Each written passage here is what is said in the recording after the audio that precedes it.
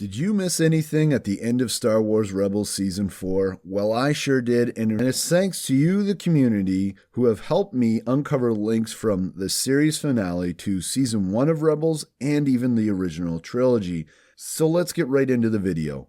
First up here is Grey Dawn 4, and she writes, did anyone notice that when Hera was approaching Ezra while he was watching and talking to the hologram of his parents, Hera put her hands on her belly and looked at it as if she realized that something was going on there. Maybe morning sickness or something like that. I just thought I would point that out. Yeah, thanks, Grey Dawn. It seemed a little weird at the end, and I mentioned this in my review, that Hera ends up with the child Jason Syndulla. So I'm really glad that there was some sort of indication or preview of this in the actual episode. Moving on to my second comment here, or thing that you've missed, and it's by Roberto, the #1 fan of Ezra Bean. He states, her hair looks almost exactly like Ezra's style from season 3-4, and he's talking about Sabine here. She is currently living in the tower Ezra used to live in. To me, this is foreshadowing of a possible relationship between Ezra and Sabine in the future.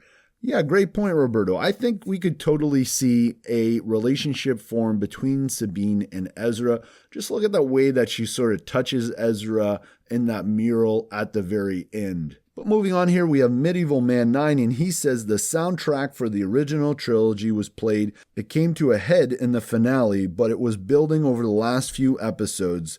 This was a very subtle but brilliant way to let us know that we were getting closer and closer to the events of Rogue One and the original trilogy.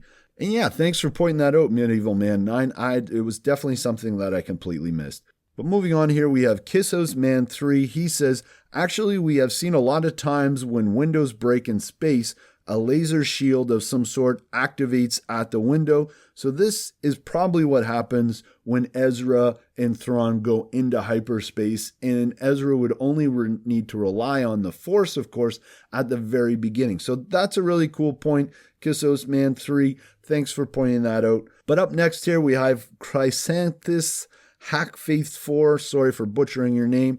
And she states, I certainly didn't miss that the shots at the beginning of this sequence in Sabine's movements mirror the shots and Ezra's movements from the first scene of season 1. I really like the symbolism. Yeah, so do I. I love the connection. And the first time I saw this was actually JJ helps out with our Facebook page. He posted up all of the images. I should be showing them right now to you of the similarities between season 1 and this sequence of Sabine. Very cool to see, and thank you for pointing that out to both of you. Our next commenter is Alex M4, and he says, Sabine's final painting is very symbolic because the white Lothwolf is the light and the black Lothwolf is the dark, and the Ghost Crew, which is between the two, is the balance on Lothal. Yeah, that's really interesting, Alex. I hadn't thought about that, man. Savage H1 also comments, if you look closely at how Kanan and Ezra make their sacrifices, it's in the same stance. One hand with the Force backward, one hand straight in front of them, with one final push forward. It's poetic. Yeah, I totally missed that one, Savage H1.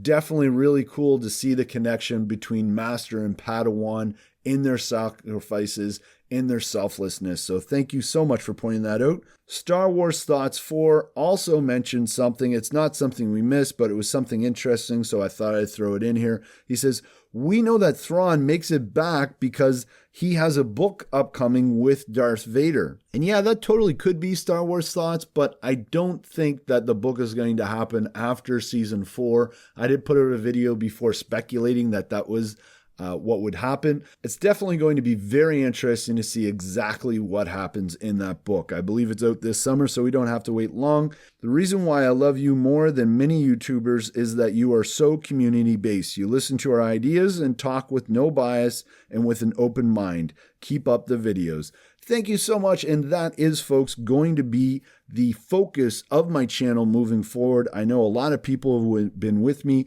because of Rebels, but moving forward, definitely going to be community-based. I'm looking at 3 videos a week that come from directly you guys, the community, and I'm really looking forward to making that happen. But if this is your first time here, Star Wars fans, I'm Mike, and you've been watching Force Within TV, and I'd like to invite you to subscribe to my newsletter, in which I can keep you up to date in the changes that are going to be happening to the channel in the coming weeks. I'll also share with you each week what I think are underrated or completely missed Star Wars content here on YouTube. So check out the link in the comments or the description below if that sounds interesting to you.